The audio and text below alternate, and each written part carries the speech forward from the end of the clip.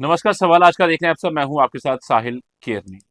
और बात America Iran को लेकर, जहां अमेरिका और ईरान के बीच उस ऐतिहासिक पीस डील की है जिसने पूरे पश्चिम एशिया की राजनीति को नए मोड़ पर ला खड़ा किया है। अमेरिकी राष्ट्रपति डोनाल्ड ट्रंप ने दावा किया है कि समझौते पर डिजिटल हस्ताक्षर हो चुके हैं और 19 जून को स्विट्जरलैंड के जिनेवा में औपचारिक हस्ताक्षर किए जाएंगे। हालांकि समझौते का पूरा मसौदा अभी सार्वजनिक नहीं किया गया है, लेकिन इसके बाद तेल बाजार, वैश्विक अर्थव्यवस्था और मध्य पूर्व की सुरक्षा व्यवस्था में बड़े बदलाव की उम्मीद जताई जा रही है। पहले आपको रिपोर्ट दिखाएंगे, हम चर्चा का रुख करेंगे। अमेरिका और ईरान के बीच शांति समझौते की घोषणा के बाद भी पश्चिम एशिया में तनाव पूरी तरह खत्म होता नहीं दिख रहा है। दक्षिणी लेबनान में इजराइल ने दावा किया है कि उसने हिजबुल्लाह की ओर से दागे गए कई रॉकेटों को हवा में ही नष्ट कर दिया। इजरायली प्रधानमंत्री बेंजामिन नेतन्याहू ने साफ कहा है कि लेबनान, गाजा और सीरिया में इजराइल की सैन्य मौजूदगी फिलहाल जारी रहेगी। उनका कहना है कि देश की सुरक्षा सुनिश्चित होने तक किसी भी मोर्चे पर पीछे हटने का सवाल नहीं उठता। नेतन्याहू ने यह भी दोहराया कि इजराइल किसी भी कीमत पर ईरान को परमाणु हथियार हासिल नहीं करने देगा। वहीं इजराइल के भीतर इस मुद्दे पर राजनीतिक मतभेद भी सामने आने लगे हैं। इस बीच दक्षिणी लेबनान में विस्थापित लोग धीरे धीरे अपने घरों की ओर लौट रहे हैं, लेकिन क्षेत्र में अनिश्चितता अभी भी बनी हुई है। ऐसे में अमेरिका ईरान शांति समझौते के बावजूद पश्चिम एशिया में स्थायी शांति की राह अभी चुनौतीपूर्ण नजर आ रही है।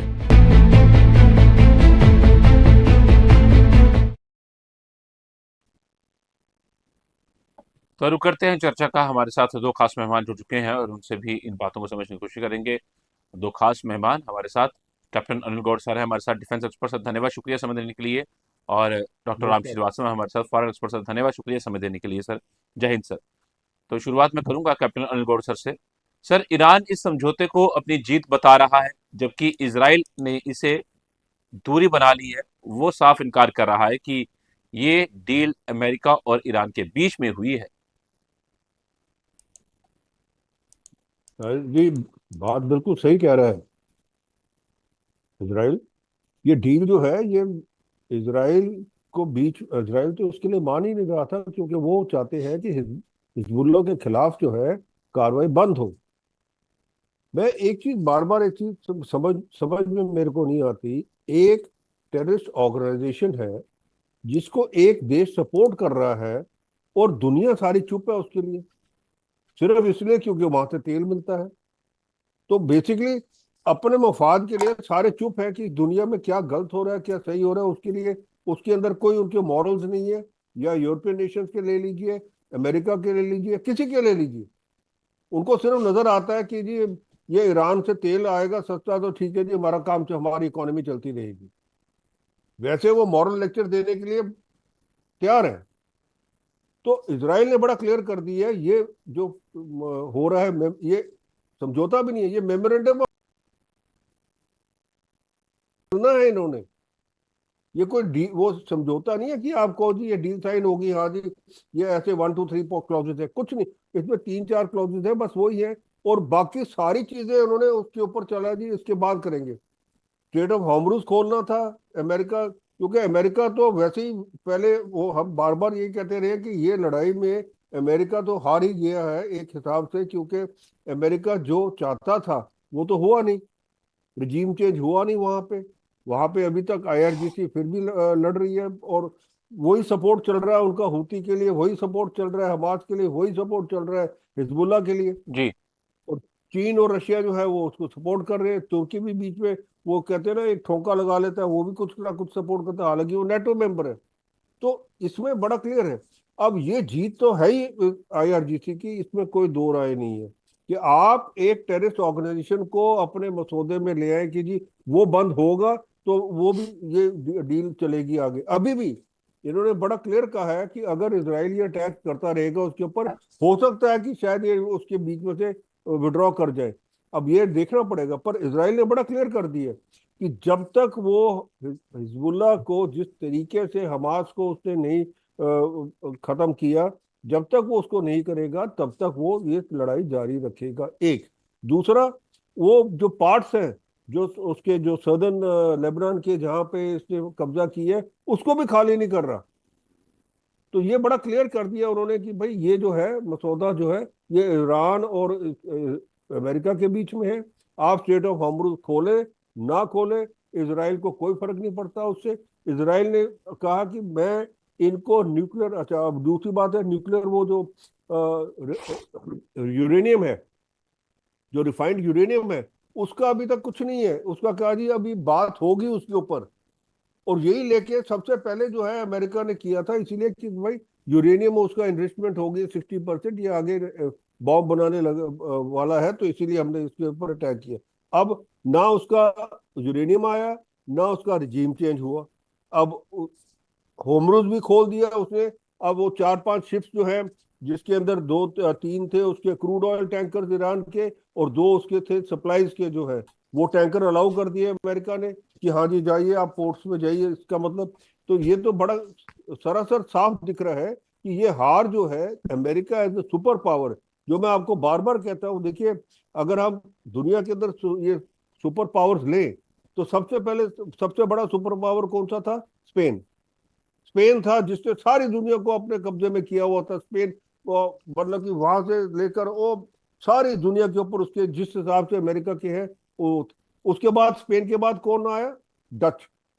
क्योंकि जब स्पेन, सॉरी, हाँ डच, डच के बाद कौन आया? ये हमारे जो है अपना British, UK. Second world war के बाद यूके जब खत्म हो गया, वो उसके बाद कौन आया? अमेरिका। अब अमेरिका और हर जो है, जो आप ये देख लीजिए, हर देश जो ये सुपर पावर रहा, ये तकरीबन 100 से 120-130 साल तक रहा, उससे ज्यादा नहीं रहा। और वो कम होता गया है। जो पहले स्पेन था वो तकरीबन मेरे ख्याल से, if I am not wrong, about 140 years, 50 years तक था। उसके बाद में उससे कम होता गया। और अभी जो है अमेरिका, आप देख लीजिए, सेकेंड वर्ल्ड वॉर से अभी तक जो है, अब ये डिक्लाइन पे है, क्योंकि इसका जो है बोलबाला जो जिस हिसाब से था वो सब खत्म हो गया। अब कोई भी देश जो है, वेनेजुएला में जो उसने कर लिया, अब क्यूबा को जो करेगा वो अपने हिसाब से देख रहा है। पर ओवरऑल जो अगर आप देखें, तो उसका जो बोलबाला है वो खत्म हो गया। वो जो ये जी। डील साइन करके, जिस हिसाब से ये डील साइन हो रही है, जिस हिसाब से ट्रम्प इसको कर रहे हैं, तो मेरे को लगता है कि आज अमेरिका उस मैदान पे खड़ा है जहां पे कोई भी देश जो है अमेरिका से घबराएगा नहीं, अमेरिका से डरेगा नहीं। और स्पेशली ये जैसे ये ईरान और ये रशिया चाइना वगैरह, ये तो वैसे ही नहीं मानेंगे इसको, कहेंगे ये तो खत्म हो गया अब। तो ये बात है। तो इसकी ये सरासर चीज जो है, ईरान बिल्कुल सही कह रहा है, ये ईरान की जीत है और अमेरिका की हार है। ठीक है सर, मैं करता हूँ दोबारा मैं करूंगा डॉक्टर राम श्रीवास्तव का। सर, परमाणु कार्यक्रम की निगरानी, हॉर्मुज़ स्ट्रेट की सुरक्षा, प्रतिबंधों में राहत और अरबों डॉलर के संभावित आर्थिक पैकेज जैसे कई मुद्दे अभी भी चर्चा का केंद्र बने हुए हैं। आप इन सब चीजों को किस तरीके से देखते हैं सर? बस देखिए, बड़ी सीधी सी बात है। ईरान ने तो बहुत पहले ही कह दिया था, शुरू में ही कह दिया था, युद्ध के प्रारंभ में कहा था आप अपने IAEA के जो एक्सपर्ट हैं उनको भेजिएगा, हम परमाणु हथियार नहीं बना रहे हैं। हाँ, जो कुछ भी है वो रिसर्च के काम के लिए है। अब वो रिसर्च के काम के लिए था या नहीं था? अगर था तो इतना 400 किलो से ज्यादा आपको एनरिच रखने की क्या जरूरत थी? वो फैसिलिटीज कहाँ थी? क्या वो सच में नष्ट हो गई? अगर नहीं हुई तो उनको भविष्य में क्या करेंगे? ये प्रश्न अभी अनुत्तरित हैं। और इनके लिए कहा गया है कि 60 दिन के बाद विचार करेंगे। अब क्या विचार करेंगे? इसका मतलब ये बिल्कुल सही है कि एक तरह से अगर इनडायरेक्टली कहा जाए तो अमेरिका ने घुटने टेक दिए। ट्रम्प साहब अपना वहां किसी भी तरह चमड़ी बचाकर बाहर निकलने की कोशिश कर रहे हैं, क्योंकि उनकी ये अपेक्षा थी कि वो जब आह्वान करेंगे तो नाटो के सभी देश उनके साथ आकर ईरान पर हमला कर देंगे। लेकिन नाटो के देश समझदार निकले, उन्होंने कतई हमला करने में उनकी सहयोग नहीं किया। और इसका परिणाम अभी आपको G7 की जो मीटिंग हो रही है अभी, उसमें दिख जाएगा। ट्रम्प वहां मौजूद है। ट्रम्प ने उस खिसकाहट के कारण और इस नाराजगी के कारण उन्होंने G7 के देश के जितने भी राष्ट्राध्यक्ष थे उनको कितनी हलकट बातें करी हैं। मैक्रो को कहा है कि उनकी पत्नी के बारे में रिमार्क किया, और दूसरे मेलो जो इटली की प्रधानमंत्री है उनके लिए भी उन्होंने अच्छा नहीं बोला। तो कहने की बात यह है कि आज की स्थिति में पूरी तरह से खिसे आ गए हैं ट्रम्प साहब, और अपने चूंकि उनके वहां पर एक आदेश हो गया है, उनकी संसद ने उनको हुक्म दे दिया है कि ईरान में युद्ध खत्म करो, तो उसको सम्मानजनक ढंग से वो वापस करने का प्रयास कर रहा है। हाँ, इसमें एक महत्वपूर्ण चीज ये है कि 270 बिलियन डॉलर जो ईरान ने मांगे थे वो इन्होंने ओके कर दिया। ईरान की दो बड़ी शर्तें थी, एक तो उसको गारंटी दीजिए कभी आप उसको हमला नहीं करेंगे, दूसरा ये कि स्टेट ऑफ हार्मूज वो खोल देगा, निश्चित रूप से खोल देगा, लेकिन आप जो नवल ब्लॉकेड है वो हटा दीजिए। बिना शर्त नवल ब्लॉकेड हट गया। और तीसरा 217 बिलियन डॉलर का, अब ट्रम्प साहब कहते हैं ये जो हम क्षतिपूर्ति देंगे, कंपेंसेशन देंगे, वो अरब के देश और अमेरिका मिलकर देगा। अमेरिका तो क्या देगा, हाँ, अरब के देश जितने भी हैं उन पर ये टैक्स बर्डन पड़ेगा और वो ईरान को दिया जाएगा। तो प्रैक्टिकली देखा जाए तो ईरान की इसमें विजय हुई है। अब रहा प्रश्न ये कि एमओयू तो इलेक्ट्रॉनिकली साइन कर दिया, अब उस पर साइन करेंगे कहाँ जाकर, स्विट्जरलैंड में। लेकिन क्या इसमें सच में पालन होगा, ये अभी शंकास्पद है। बिल्कुल क्योंकि सर। ट्रम्प का राजनीति कुछ ऐसी है, अभी क्या कहते हैं फिर क्या करते हैं। ये हो सकता है किसी न किसी बहाने से ये दोबारा प्रारंभ हो जाए। इजराइल ने तो अपने पल्ले झाड़ लिए, उसका तो कहना बिल्कुल साफ सुथरा है कि मेरा इससे कोई लेना देना ही नहीं है और he is not a party to it. उसका अपना अस्तित्व है और वो हिजबुल्लाह को खत्म किए बगैर मानेगा नहीं। ईरान भी जो है हिजबुल्लाह के लिए चाहता है कि इजराइल वहां से दक्षिण लेबनान से जगह खाली कर दी, जो कि संभव नहीं है। क्योंकि इजराइल जब भी आगे जाता है तो वो बहुत सोच समझ कर आगे जाता है, पूरी ताकत से आगे जाता है। और इस समय बैरूत में जो चल रहा है, आप अपन कल्पना नहीं कर सकते कि वह मानवता कितनी करा रही है। गाजा की तो हालत छोड़िए, गाजा की हालत तो नर्क बन चुकी है। और दुनिया में अगर मानवता कितनी बुरी तरह से पिस रही है ये देखना हो तो पैलेस्टाइन के लोगों को देखिएगा, वहां क्या हो रहा है।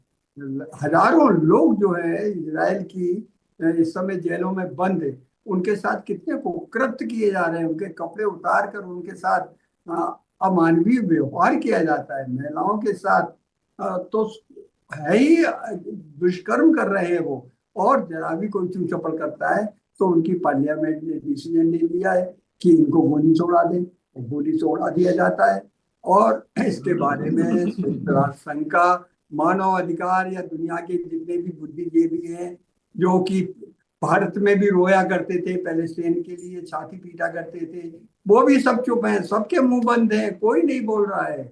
जबकि हकीकत देखा जाए तो आज की तारीख में अगर सबसे ज्यादा खतरनाक और दयनीय और अत्यंत नारकीय अगर कोई स्थिति है तो गाजा के कैंपों की है और इसराइल की जो कैद है जहाँ पैलेस्टाइन के लोग बंद है उनके लिए किसी की आवाज नहीं उठ रही, कोई उसकी निंदा तक नहीं कर रहा है। तारीफ की बात है ये, कैसे इन लोगों के चेहरे बदल जाते हैं ये अभी देखने को मिल रहा है। जी ठीक है सर। मैं कैप्टन अनिल गौड़ सर का रुख करूंगा। सर, क्या लगता है कि ये जो समझौता है वास्तव में मध्य पूर्व जो समझौता है क्या ये स्थायी शांति लाएगा या फिर सिर्फ एक अस्थायी युद्ध विराम जैसा ये नजर आएगा? एक बड़ा सवाल है सर ये भी। साहिल जी, ये स्थायी शांति नहीं लाएगा। उसके दो तीन कारण हैं। सबसे बड़ा कारण ये है कि जो ईरान का सपोर्ट है इन टेररिस्ट ऑर्गेनाइजेशन के लिए वो तो खत्म नहीं हुआ। ये जो समझौता हो रहा है इसके अंदर एक बड़ी चीज करनी चाहिए थी अमेरिका को कि ये जो सपोर्ट है टेररिस्ट ऑर्गेनाइजेशन को उसको वो बंद करे। वो उन्होंने किया नहीं। वो अभी भी कह रहा है कि जी इसराइल जो है लेबनान में हिजबुल्लाह के खिलाफ ना कार्रवाई करे और हूती को वहां से आर्म कर रहा है कि भाई हूती वहां से जो है इसराइल के खिलाफ जो है वहां से वो एक मोर्चा खोल दे। तो एक तो ये बात है। और जब ये होगा, देखिए, ईरान जैसे ही हिजबुल्लाह ने या ईरान ने इस इसराइल के ऊपर अटैक किया या कोई मिसाइल वगैरह की, इसराइल पूरे अपने जितना भी उसके अंदर दम है उसके खिलाफ वो कार्रवाई करेगा। और जब ये कार्रवाई करेगा तो उसी दिन ये युद्ध विराम और ये जो समझौता वगैरह ये सारा का सारा खत्म हो जाएगा, क्योंकि इसराइल ने तो माना नहीं है इसको। और ईरान की जो, मैं बार बार एक चीज कहता हूं, जो इनकी सोच है, वो जो सोच है वो तो अभी भी है कि भाई यहूदियों को हमने दुनिया में रहने नहीं देना।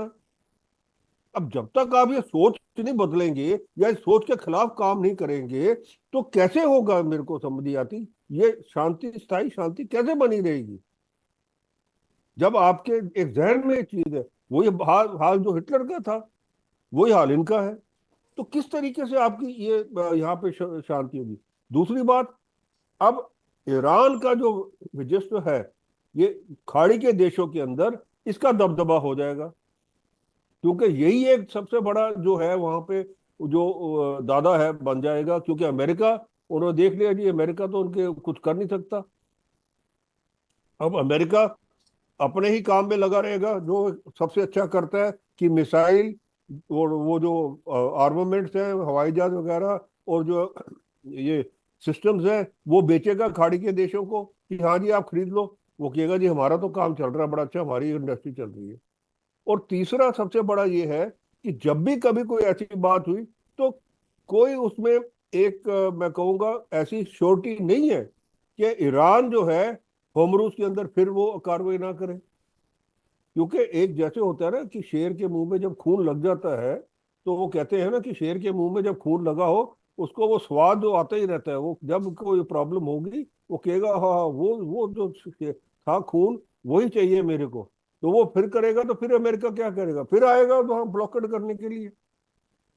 तो ये बातें हैं जो दिख रही हैं सामने सामने।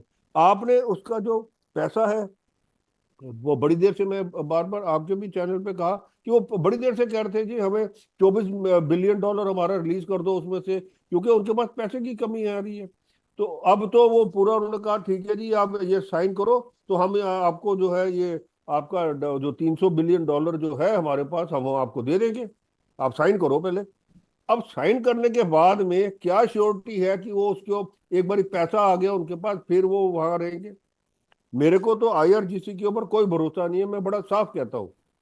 क्योंकि जिस हिसाब से इन्होंने अपने लोगों के ऊपर जबरदस्ती की हुई है, एक हिसाब से ना आपका इंटरनेट है ना आपकी कम्युनिकेशन है, जो उनके ऊपर ज्यादती हो रही है अंडर वो क्या कहते हैं शरिया के कानून के तहत, वो जो है वो तो अभी दुनिया के सामने आ ही नहीं रही। तो जब वो आएगी तो फिर क्या करेंगे ये चीजें है ना। ये बिल्कुल। इसलिए मेरे को ये समझ नहीं आता कि ये जो जो समझौता, ये तो मेरे को लगता है कि ट्रम्प अब जल्दी जल्दी इसलिए कर रहा है क्योंकि नवंबर में उसकी इलेक्शन आ रही है, तो वो उस चक्कर में। दूसरा, अपना जो है इन्फ्लेशन रेट बढ़ रहा है उधर उनके अमेरिका में भी, तो वो फेड जो उनकी फेडरल एजेंसी है उसको बड़ा मुसीबत पड़ी हुई है कि क्या इंटरेस्ट रेट बढ़ाए या नहीं बढ़ाए, क्या करे। और तीसरी बड़ी चीज जो मेरे को लगती है वो ये है कि ट्रंप जो है, ट्रंप के और ट्रंप के जो नजदीकी लोग हैं इंक्लूडिंग फैमिली मेंबर जो है, वो स्टॉक मार्केट में इन्वेस्टमेंट करते रहते हैं। तो जैसे ट्रंप ने अनाउंसमेंट की, उसको पता है अनाउंसमेंट करनी है कल, फटाफट उन्होंने ये स्टॉक खरीद लिए, वो स्टॉक मार्केट ऊपर चला जाता है। फिर जब वो देखते हैं जी। कि जी ये नहीं हो रहा कुछ, तो वो जब गिरने का टाइम होता है वो उधर से वो सेल कर देते हैं उसकी। तो स्टॉक मार्केट जब गिरता है वो उनका फिर भी प्रॉफिट है। तो ये चीजें जो है ये मेरे को लगता है कि काफी समझने वाली बातें हैं। अब दुनिया के अंदर हम अब हिंदुस्तान की तरफ से अगर देखें, हम तो कहेंगे शुक्र है कि जी अमरूद खुला, हमारा तेल आना शुरू हुआ, फर्टिलाइजर आना शुरू हुआ। हमने हमें सबसे बड़ी प्रॉब्लम तो ये है ना, बिल्कुल सर। ताकि तेल की कीमतें जो जा रही हैं, गैस की कीमतें जा रही हैं, वो आ जाए नीचे। बस हम तो इसीलिए कहते हैं कि भाई यहाँ शांति होनी चाहिए। बाकी अस्थिर शांति क्या होती है क्या नहीं होती है तो टाइम बताएगा। ठीक है सर। डॉक्टर रामचंद्र सर, एक चीज तो समझनी पड़ेगी, जो ये पीस डील की बातें हो रही थी और डिजिटली ये हो भी गई है, ये आपको लगता नहीं है ट्रम्प साहब ने बहुत जल्दबाजी में किया लिया लिया गया फैसला है, या अब उनकी ये मजबूरी बन चुकी थी? उनके कुछ अधिकारी भी ये इस बात को दोहराते हुए नजर आ रहे हैं सर। देखिए, ये बात अपनी जगह बिल्कुल सही है कि अमेरिकन आर्मी जो है ग्राउंड पर नहीं उतर सकती। अगर ग्राउंड पर उतरेगी तो उसको बहुत नुकसान उठाना पड़ेगा, इसलिए मजबूर होकर उनको ये सब कुछ करना पड़ रहा है। और एक लंबे समय से वो पीछे पड़े थे किसी भी तरह से। कई बार उन्होंने, और 30 बार तो ये बोला कि ईरान ने घुटने टेक दिए, घुटने टेक दिए। और असली में घुटने किसने टेके? अमेरिका ने। अटैक सबसे पहले किसने किया? अमेरिका ने किया। लेकिन ये सब घटनाक्रम के साथ अमेरिका की जो सामरिक कमजोरी है, वो उसकी कीमत उसको लंबे समय तक चुकाना पड़ेगी। अभी उसकी जो प्रतिष्ठा प्रतिष्ठा थी सेकेंड वर्ल्ड वॉर के बाद, वो अब उसको काफी चोट पड़ गई है। इसके कारण जो है डिप्लोमेटिकली चाइना भी बहुत स्ट्रांग हो गया, रशिया भी स्ट्रांग हो गया। लेकिन अभी जो ताजा घटना एक हुई है वो घटना ये कि इंग्लिश चैनल में रूस का एक तेल वाहक जहाज जा रहा था, जिसको रॉयल नेवी ने, रॉयल एयरफोर्स ने अपने वहाँ कमांडर उतार कर उसको अपने कब्जे में कर लिया। क्यों? उनका ये कहना है कि अभी तो वो लगा हुआ है बैरिकेड, आप जो है रूस का तेल और वहां के माध्यम से इजिप्ट जा रहा था, उसको उन्होंने रोक लिया। अब ये रोका है, ये एक नई घटना है। अब ये इसके बाद जो है रशिया की क्या प्रतिक्रिया होगी वो अभी आना बाकी है। निश्चित रूप से वो जहाज जो रोका गया है उसका रजिस्ट्रेशन चेन्नई में हुआ है, तो ये भारत भी इनडायरेक्टली उसमें इन्वॉल्व है। तो यहाँ अंतरराष्ट्रीय उठापटक किस तरह से हो रही है, किस ऊंट करवट बैठेगा, ये देखने की चीज है। और ये सब आज 17 तारीख के बाद जो वहां पर G7 की मीटिंग हो रही है, जिसमें हमारे प्रधानमंत्री वहां उनसे चर्चा करेंगे। अब वो चर्चा क्या करेंगे, क्योंकि ट्रम्प तो झूठ बोलने में बहुत एक्सपर्ट हैं। उनको तो ये मीडिया मीनिया है। कभी भी किसी बात को इस कान से सुनते हैं और दूसरी कान से निकालने के पहले उसमें ऐड करके अपनी तरफ से कुछ आवाज कर देते हैं। अब बोल, उन्होंने कितनी बार कहा कि युद्ध विराम मैंने कराया हिंदुस्तान पाकिस्तान के बाद, सैकड़ों बार कहा। लेकिन हकीकत क्या है हम जानते हैं, आप जानते हैं, पूरी दुनिया जानती है। अब रहा प्रश्न ये कि इसमें कौन सी बातें होंगी। निश्चित रूप से ट्रंप अपना गुस्सा निकालेंगे G7 के उन देशों पर जिन्होंने उनका कहना नहीं माना और ईरान युद्ध में उनका साथ नहीं दिया।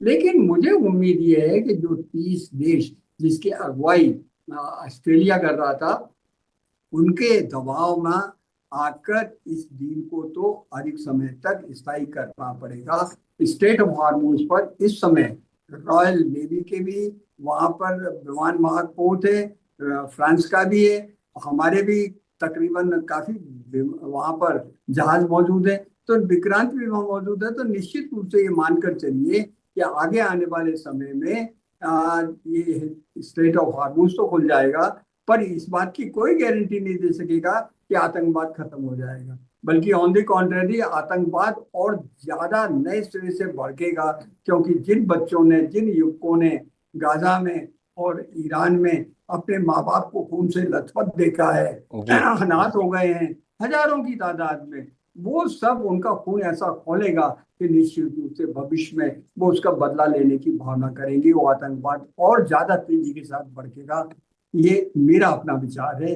क्योंकि आतंकवाद आखिर क्यों भड़कता है? आतंकवाद जो भड़कता है एक तो धार्मिक कारणों से, अंधविश्वास से, जैसा कि हमारे कैप्टन साहब ने कहा था, और दूसरा जो आतंकवाद भड़कता है अशिक्षा के कारण, और तीसरा ये है कि गरीबी के कारण। जो गरीब लोग जो होते हैं वो ज्यादातर उनके बहकावे में आकर, मुल्ला मौलवियों के बहकावे में आकर आतंकवादी बन जाते हैं। कुछ राजनीतिज्ञों की भी ये मंशा होती है, जैसे पाकिस्तान के राजनेताओं ने अभी तक जो कुछ भी किया है वो आतंकवाद की फैक्ट्री बन गया है, और वही आज उनके सिर का दर्द साहिल। जी ठीक है सर, मैं कैप्टन अनिल गौड़ सरकार को करता हूँ। सर, जिस तरह से ये पीस डील की बात चल रही है, तो इसकी आलोचना भी अमेरिका में भी हुई है। जो पूर्व अमेरिकी राष्ट्रपति बराक ओबामा, उन्होंने कहा कि ये नया समझौता नहीं है कोई भी, ये 2015 तक का जो परमाणु समझौता है वैसा ही लगता है, जिसे डोनाल्ड ट्रंप ने 2018 में अमेरिका के को बाहर निकाल दिया था। देखिए बराक ओबामा की साथ में CIA ने भी इसको जो है जो ये समझौता हुआ है उसके ऊपर भी जरा उनकी प्रक्रिया जो है बड़ी ठीक नहीं है। वो कहते हैं वो उनको ये जो सारा मेमोरेंडम ऑफ अंडरस्टैंडिंग हो रहा है, मेमोरेंडम ऑफ अंडरस्टैंडिंग है ये कोई वो पीस डील नहीं है, कोई एग्रीमेंट नहीं है, ये सिर्फ एक मेमोरेंडम ऑफ अंडरस्टैंडिंग है। इसके बाद में 60 डेज के बाद ये एक एग्रीमेंट साइन करेंगे आपस के अंदर, ये है चीज।